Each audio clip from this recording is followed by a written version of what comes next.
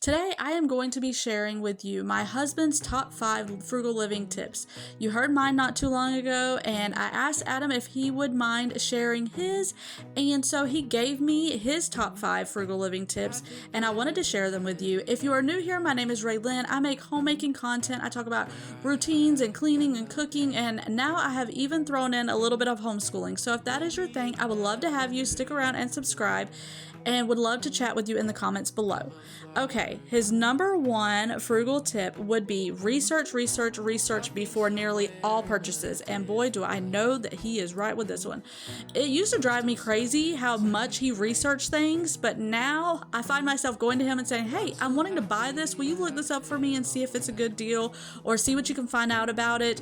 I currently have him looking up microphones for me and cameras. So I can tell you, he definitely takes his job seriously with the research. And I am so glad that he does, because it always pays off in the end. He has researched everything from my freezer to my washer and my dryer to the cars that we buy. My goodness, does he research cars? I think the man could tell you every car and facts about every car on the planet, because he researches them so much to know that what we want to buy as a family. And yeah, so I know that I had a feeling that would be his first one. So his number 2 tip is always try to kill multiple birds with one stone when it comes to making trips to town in order to save on gas. Every little bit helps, especially right now. And boy, do I know that that is true. Gas is so expensive, and if we can cut down on our trips to the store, then that will definitely help out big time. This I want to show you is an air fryer, and this company, it's Kitchen Elite, and they reached out to me and asked if they could send me this, and I thought, yes, I definitely would love to have this.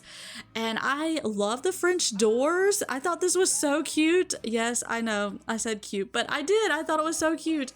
And it took me a minute, because this one is different than my air fryer that I have now. This is a little bit different, so it took me a minute to figure out how it works, but I love this thing. It can air fry, it can bake, it can roast, it can dehydrate, it has a pizza setting, a bacon setting, I believe, it has a steak setting, and yeah, it can do all kind of things. So I was very pleased with this. I'm just putting some chicken nuggets in here because that's all I had at the moment to put in here, but yeah, I love this. And I'm so thankful that Kitchen Elite sent me this. So look in the description, check them out for yourselves. There will be all the links below. So if you are interested in Kitchen Elite, then definitely go check out the description and look for yourself. Thank you, Kitchen Elite, for sending this to me. I am so thrilled to have it. So these are some of the books that we are going to be using this year. This isn't the curriculum. This is just the books that we're going to be using and to supplement our curriculum. I don't know what curriculum I'm using yet. I haven't decided. We don't start school until September 3rd, so I still have a little while. But these are the chapter books, and these are just the books that we're going to be using. I am a big believer on living books, and I love the Charlotte Mason method, so this is what we're going back to this year. And so these are some of the books that's going to supplement our curriculum whenever I figure out what that will be. So I just wanted to share this to help anyone, or to just show what we're doing. By the way, I love these. These are some of my favorite for history. And I also love this Heaven for Kids by Randy Alcorn. And then we're going to be reading the Great Expectations this year and doing kind of a unit study with that.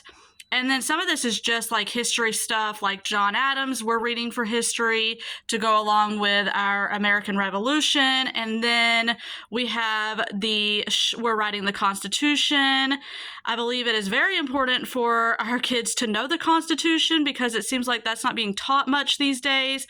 The Supreme Court, and then we have over here the Civil War and Forging a New Nation. If there's anything that you would like me to talk about or like me to show, just let me know So again, this is just some of the books that we have and before I get the curriculum or figure out what curriculum we're going to use.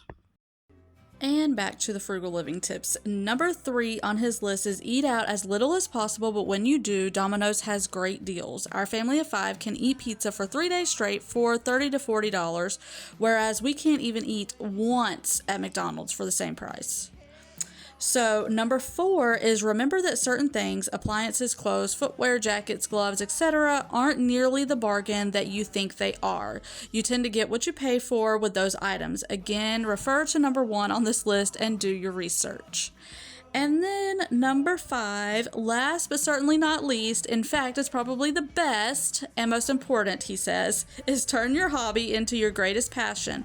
Once you've done that, you'll notice that you start buying practical things both for yourself and your loved ones. We neither buy nor wear jewelry other than our wedding bands. As such, we don't find ourselves wasting money on frivolous things.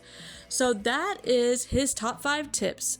So I hope that these helped you if you are trying to live more frugally. I know all of us these days, it's like we are trying to find the best ways possible to save money because it's such a struggle right now.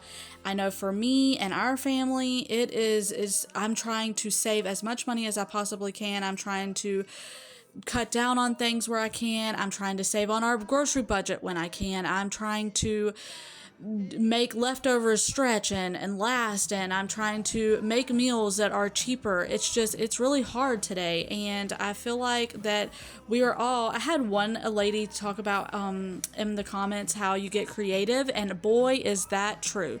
I feel like the more that you are restricted in your budget, the more creative you get. It's like you're forced to figure out more ways, better ways to save your money, to stretch your dollar, to make it go further.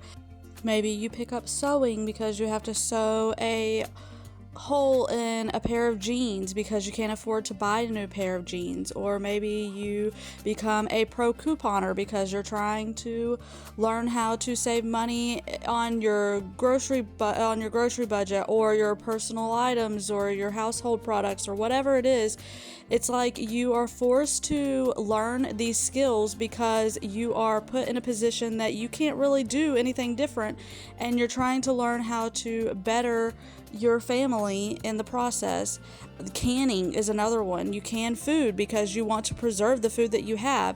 I think all of these skills are so great, and I think that when you're on a tight budget, it forces you to learn these different things because you're trying to make your money go as far as you can. And that's why I love all of these old-fashioned, as they say, skills, because it was the way of life, because they didn't have a whole lot of money back in the day. They had to do these things because it was their way of living. And I think a lot of us are learning exactly why they lived the way that they did, because we are facing these same problems they did. And if you happen to be in a situation right now where you're worried about money or your finances, I want to read this to you.